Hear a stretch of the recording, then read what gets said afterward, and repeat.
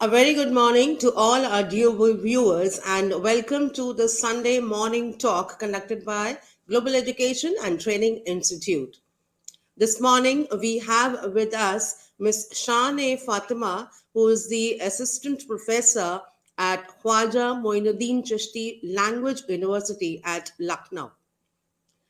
Today, she is going to give us a talk on a very important and vital issue, that is artificial intelligence. But before I finally hand it over to you to give her inputs on the topic, I would like to tell about her to all our dear viewers. She is an assistant professor, as I said, in the Department of CSE in Khwaja Moinuddin Chishti Language University, Lucknow. She belongs to Rai Bareli and have done her primary schooling and her graduation and post graduation from Dehradun. She is very fond of writing, and that happens to be one of her forte where she expresses her views and thoughts across to all her readers. And she has been a counselor as well and has counseled number of people, and all those who have some kind of issues related to adjustmental problems and all, and depression, they have been counseled by Miss Shan. Over to you, Ma'am Shan, for your topic today, artificial intelligence, and we would really love to listen to you on this issue. Thank you, ma'am. Thank you so much. Hope I'm audible. Yes, ma'am, you are very much audible. Okay, should I start, ma'am? Begin. Okay, thank you. So, a very good morning to each and every one of you. See, ma'am has already told enough about me. I'm Shane Fatima, and today I'm going to talk on the topic artificial intelligence. And since, let me take out this first.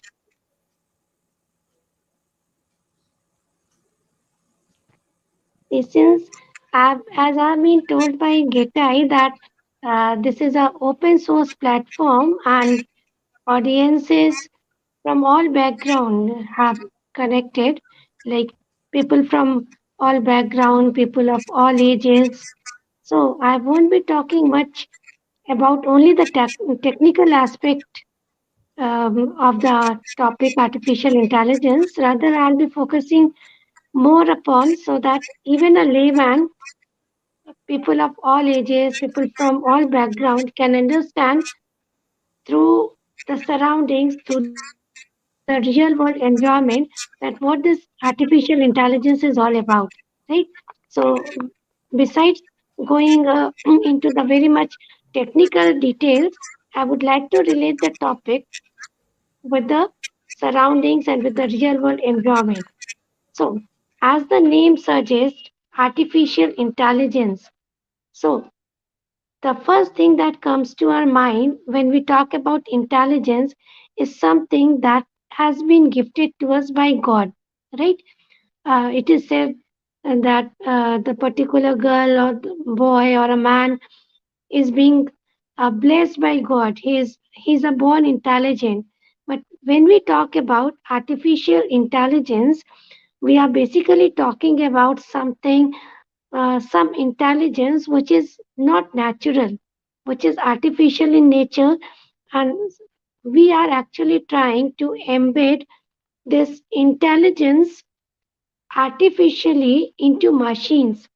We artificially in artificial intelligence is a specialized branch of computer science that is emerging nowadays. That rather it has already taken a very strong step behold in the stream of engineering, whatever branch it may be.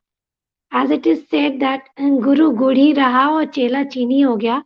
The same is the case with computer science engineering and artificial intelligence and machine learning. Although this has emerged from computer science, but it is doing far better than compared to the other branches ongoing, whether it be your computer science itself or whether it be electronics, mechanical, electrical, whatever branch of engineering it may be. But without artificial intelligence, There is not the survival. So, if we talk in technical terms, we can define artificial intelligence as the study of computer systems that attempt to model and apply the intelligence of the human mind. Sumita ma'am, excuse me. Ma'am, excuse me, ma'am.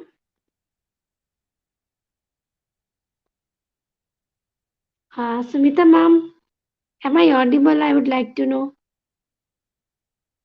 Chali, anyways, You are very much uh, audible. Please keep, yeah, you are very much Sumita ma'am, audible.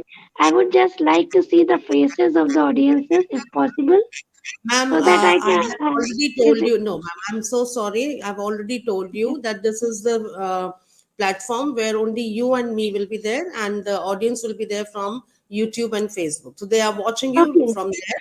You can carry on with sure, your ma'am. speech. Thank you so much, Fine, please. ma'am. Fine. Okay, ma'am.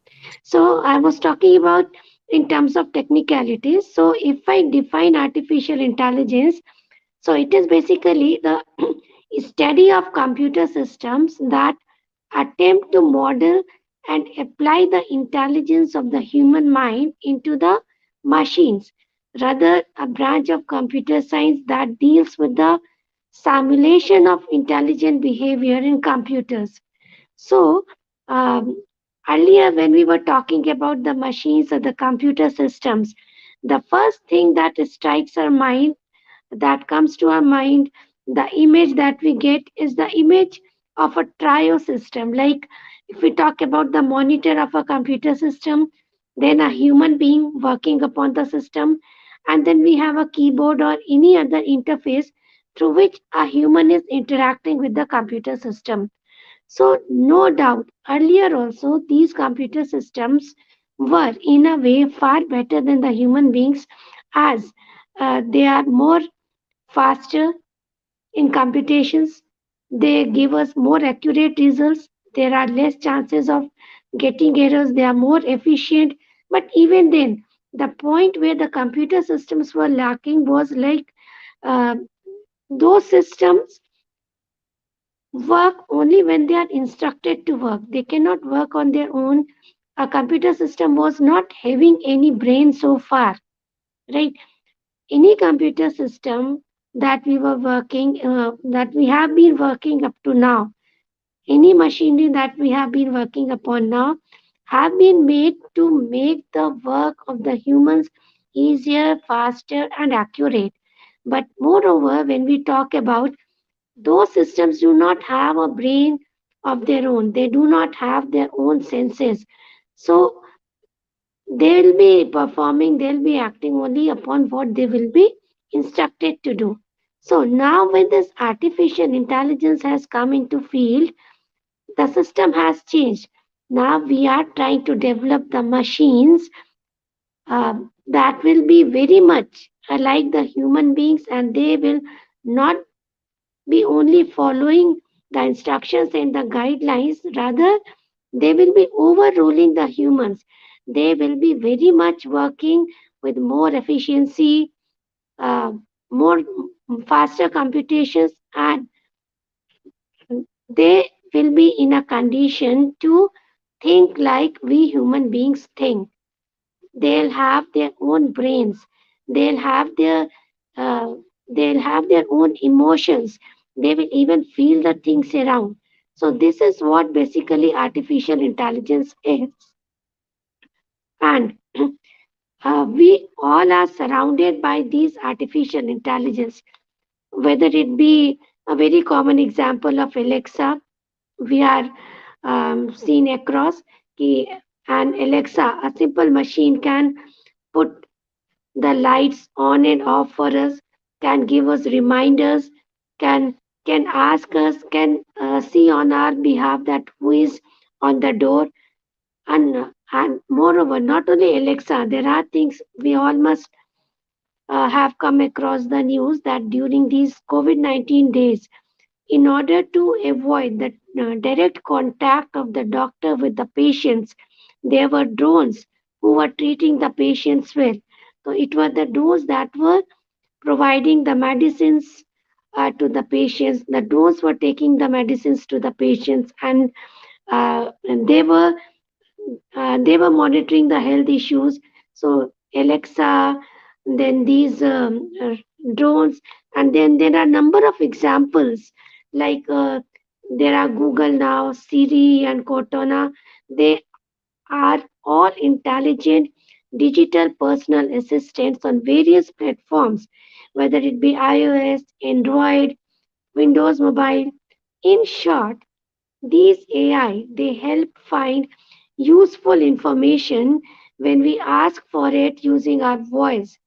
We can use them to make calls, we can use to send messages, set reminders, to take notes, even to recognize music, our own choices, preferences, to find great restaurants, to check our calendars, and much more.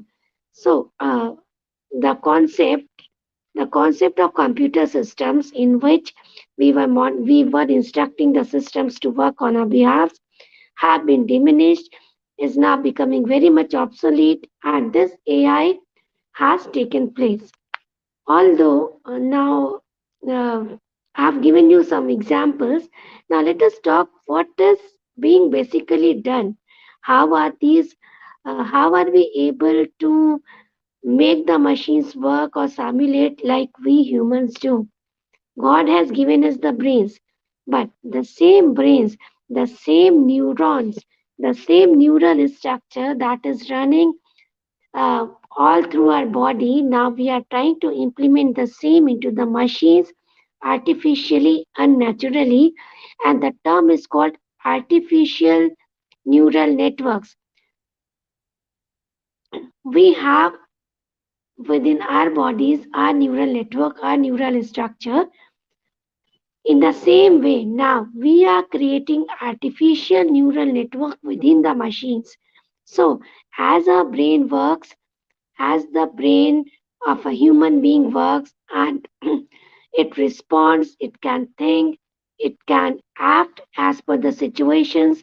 In the same manner, now we are making the machines to work exactly the same. Now, the machines will be in a condition to work not only what is being instructed or told, but they'll be in a position to handle the situations. See, and this is being done basically in three of the ways. The first that I talk about is the artificial neural networks. What we basically do here is we take a system, we train the system by providing them with a set of certain inputs. For an example, suppose if I take 10 number of systems and I am providing those 10 systems with number of inputs along with the outputs, we are actually mapping. We tell the machines that if you are getting such and such input, then you will have to act accordingly, and we'll be expecting such sort of output for a particular set of input. This is how in artificial neural networks we train the systems. We train our computer systems or the machines in general by providing them with a set of inputs, right? And we tell the machines that if you are getting this type of input, this particular set of input, then you are expected to behave like this. But what if I train the system with 10 of the inputs, or suppose 50 of the inputs, but what if the 51st input comes? If I have trained the system with 10 inputs, what if the 11th input comes to the system? Should the machine not be responding well? Should the system fail? No, it shouldn't be, and it is not. So, this is what ANN is working like. We train the system with number of inputs, and slowly and gradually, as the human works, when a child is born, because we all know that we keep observing and learning from our environments around. We can teach a child, we can teach a baby to walk, irrespective of each and every route or path, a child will himself or herself learn that if there is some hurdle if there is some hurdle or obstacle in the path, we are not telling the child to jump out of that pit, or if some route which is improper to walk upon, the child himself grasps the thing and walk accordingly, finds the way on his own, right? It's like just we, as the human, we train the system for the particular tasks that come to him or her. In the same way, artificial intelligence trained machines will be in a condition to respond in the same way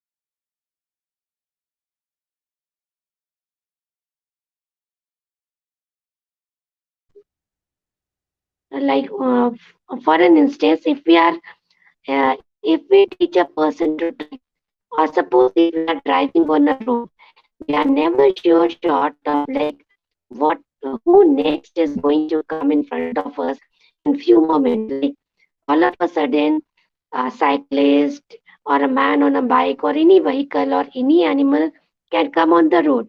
Although we are not trained, we were not told that when I'll be covering this much of distance, then I'll find a particular vehicle or an animal running across the road, and I'll have to take this action. No, it's a brain that human, any man who will be driving on the road, and all of a sudden, although I'm not sure that after covering this much of distance or after this much of time, I'm going to meet an animal crossing the road in front of my vehicle. Even then, even I was not told, I was not prepared, I'll apply my brakes. Although I wasn't trained for the same, but this is what the stimuli happened. This is how my brain responded. In the same way, artificial intelligence machines are trained for certain inputs, but even if there comes certain unexpected input, the machines are in a condition now to act accordingly, giving, if not 100%, but giving the most of the accurate results in the very much same fashion as we humans will be responding. And this is done on the basis of training and testing. We train the systems with a particular set of inputs, and then we test by providing the same set of inputs and by bringing variations in the input. That suppose if I did not train my system for a particular set of data, then what if this data, or if this instruction, or if this input is coming to the machine, how the machine is going to respond in that particular situation or scenario. This is what artificial neural networks of a machine works. Then comes the concept of what we call fuzzy logic. As the name tells, fuzzy, something which is not very much clear. For an example, if I ask you, am I a good speaker? So there are questions in the real world, in the real life, that cannot be answered only in yes or no, right? That cannot be answered only in zero or one, in true or false. So if I ask you, am I a good speaker? So if I ask uh, hundreds of people, there will be hundreds of views. You cannot answer only in yes or no. Yes, you are. No, you are not. Each one of you will be having a different opinion. Yes, you are, but you are not that good in comparison to the speakers who have spoken before. Or you can be of a view, yes, sort of.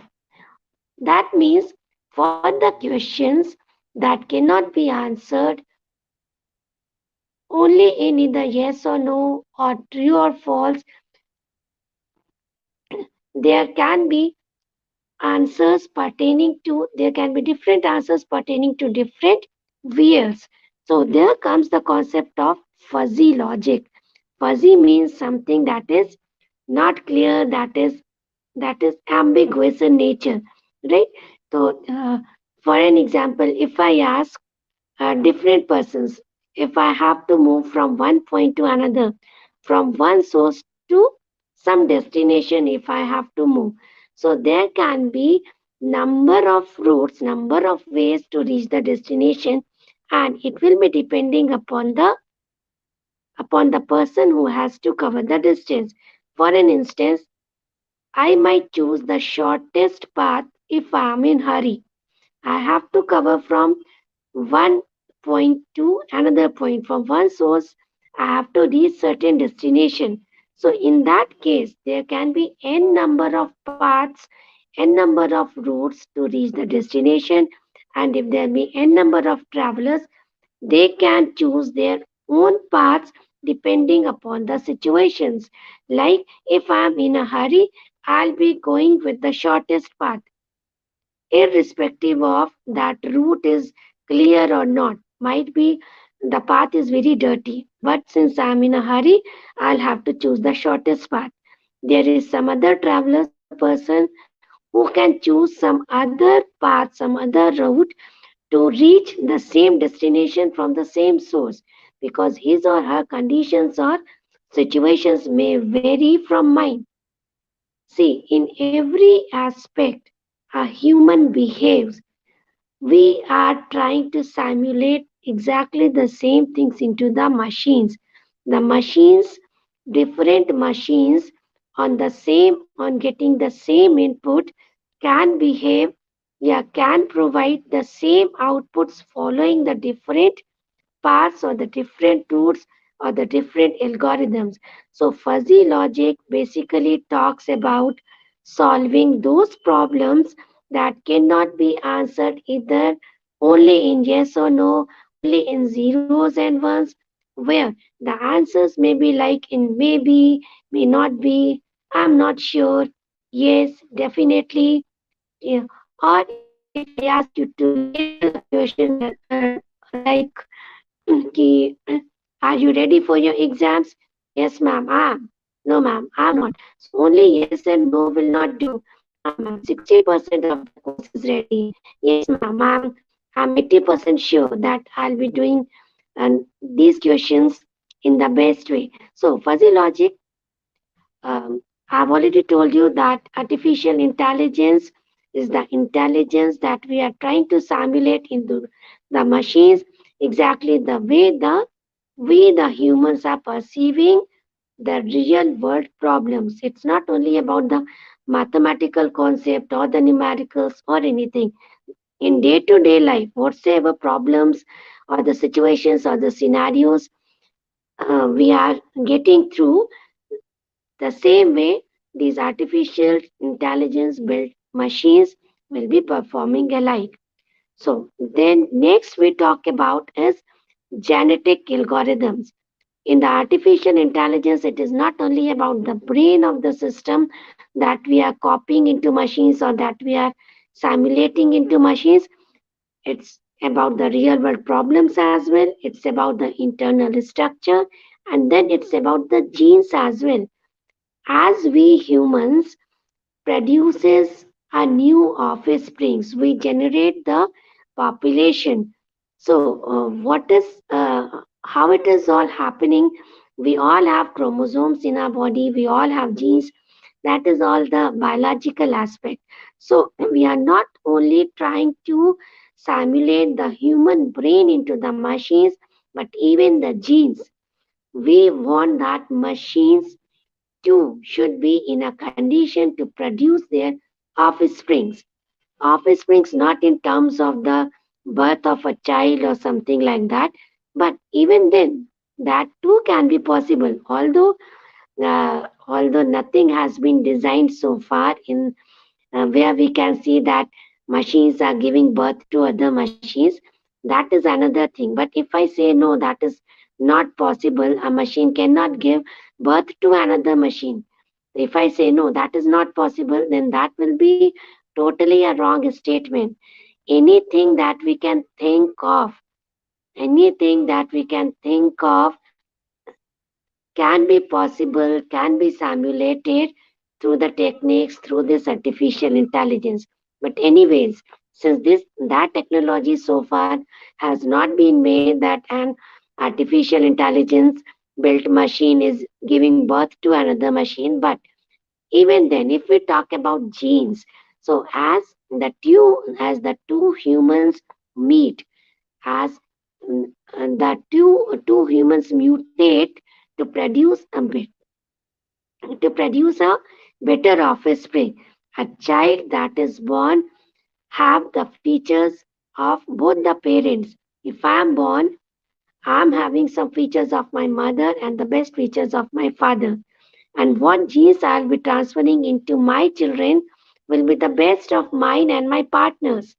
In the same way, these artificially intelligent built machines are behaving like uh, that we called as genetic algorithms. When we talk about algorithms, basically what comes to our mind is like we are providing a set of input, there is some processing going on, and then the machines are producing certain outputs. Right? But that is not the only case. Genetic algorithms, we are not providing only the inputs, we are providing a set of solutions also. There can be n number of solutions to solve a problem. We are providing those n number of solutions to the machine, those artificially intelligently built machines. We are providing different set of outputs for a particular problem to get solved. And these machines, how are they behaving? They are finding the best solution, the most optimized solution out of those provided solutions. The machines are in a condition to find it for you, for the human beings. That okay, so this is your situation, these are your circumstances, go for this solution, this is going to suit you the best. These all things, machines will be behaving on our behalf, they will be working for us, they will be having their own brains, and they will be guiding us what is going to be the best choice for us. This is what genetic algorithm is. Here we provide a set of outputs. We provide certain chromosomes, individuals to the machines, and then we apply certain fitness values that which output is going to be the most fit one to solve a particular problem. That problem could be anything related to your real life, or could be a mathematical problem, could be a subjective problem. The machines will be telling you that no, this is not going to be best one for you. Go with this particular output, and this is going to be the most optimized for you. So we have reached up to this level, and it is just a rocket that is going to take off. We have not even reached to a height, and these machines are doing wonders for us. No doubt, we are building up these machines. We can say that, howsoever smart the computer system may be, but the fact will remain that we have built them. So that was the case with the computer systems. But now, when we are providing the brains to the machines, the day is not far when the machines will be ruling us, and they will be telling us what is going to be the best and what's not going to suit for us. So, genetic algorithms may what is done is like we provide a possible set of outputs to the system, and we give the machine a problem statement, and we ask them, tell me which option should I go for, and believe me, they are going to tell you, looking after your choices, your situations, your lifestyle. They will be judging us, and they will be in a position to tell you that what is going to suit you, what is and what is not going to suit you. So and then, when talking about producing the office springs, the office springs wave, what is basically done is these the best outputs are being selected. Suppose we have n number of solutions for a problem. The best two solutions are being selected by the machine. Those two solutions are then being applied crossover, and then after applying we find the machines find the best two solutions for a particular problem statement, then those two best solutions are being crossed over. And when they are being crossed over, a new solution is being generated onto which we apply mutation as we do in our biological system. The mutation is being performed. A mutation is basically a permanent change that is seen in our genes. Like, suppose any human is being addicted to smoking. So a gene gets changed that is reflected in the genes and then gets transferred into the offsprings. In the very same way, the two best solutions that are being chosen by the machine to solve a particular problem statement is being then crossed over and then is being mutated in the sense the new solution that is being obtained is being made certain changes, like, and then the new offspring or the new solution that comes into existence is again fed back into the computer system or the in the machine, artificially intelligent machine. The new solution that is being chosen by the system is again fed back to the machine as an input, and the process goes.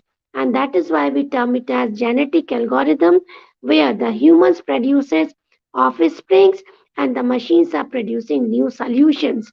And those solutions are far better than the set of outputs or the solutions that we fed as an input into the machines.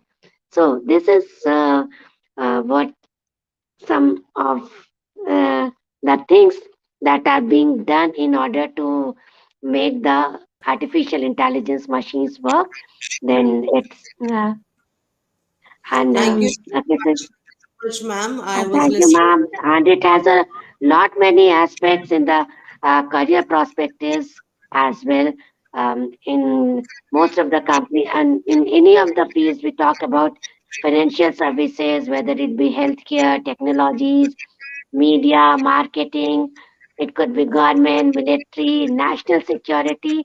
Everywhere this artificial intelligence is being embedded now in built, whether it be the field of agriculture, making making a green management system, whether it be like m- monitoring the electric poles, anything that we can think of, be it gaming, be it retailing, be it IoT enabled systems. In every field, there is a need for skilled AI professionals. And in every industry, in the topmost companies and industries, we are finding the job opportunities. So this is the Yeah, most thank you emerging. so much, ma'am, for giving us Okay. the insight into it. And it was really very informative to hear about how artificial intelligence, we should not consider it as a rocket science, but it has to be, inculcated, and it is the need of the hour today. As you said, it has been inculcated and imbibed into the lifestyle of the human beings at every level, at every step. So, a Exactly, few ma'am. questions that have come across during this session. Some viewers would really love to listen and hear an answer from you on Yes, what are the different prospects if a person pursues AI as a career, and after the master's degree in artificial intelligence, what should be actually the background of the person, and how do we look at it as a career option? okay, ma'am. So, see, a master's degree is a great way to expand the number of available AI job opportunities, especially since an advanced degree is often required, especially for higher level jobs. So, a master's degree will also give you greater earning potential and illustrate that you are interested in your career in the industry. So, most top level AI jobs, if I talk about, they'll typically require a master's degree, including the research scientists, AI engineers, and big data engineers. So, ma'am, most AI roles will require applicants to have solid knowledge and skills with the programming languages like that of MATLAB, C, and moreover Python. So these skills with these languages and Python programming, ma'am. So it is very important to have a strong background in maths, science, engineering, and command of at least one of these languages. Thank you so much for answering Okay, that ma'am. for our viewers. And with that, we would like to wind up our talk with Ma'am Shan Fatima today.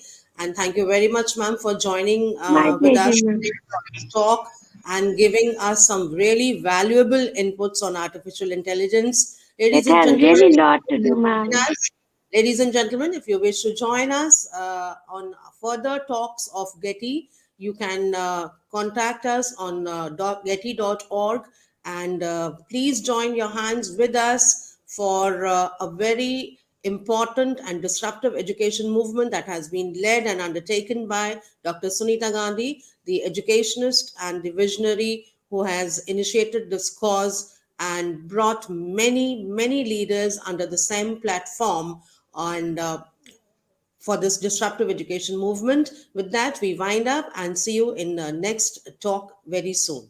Till then, it's goodbye from all of us. Thank you, ma'am. Thank you so much. Thank you, Zan. Should I leave, ma'am?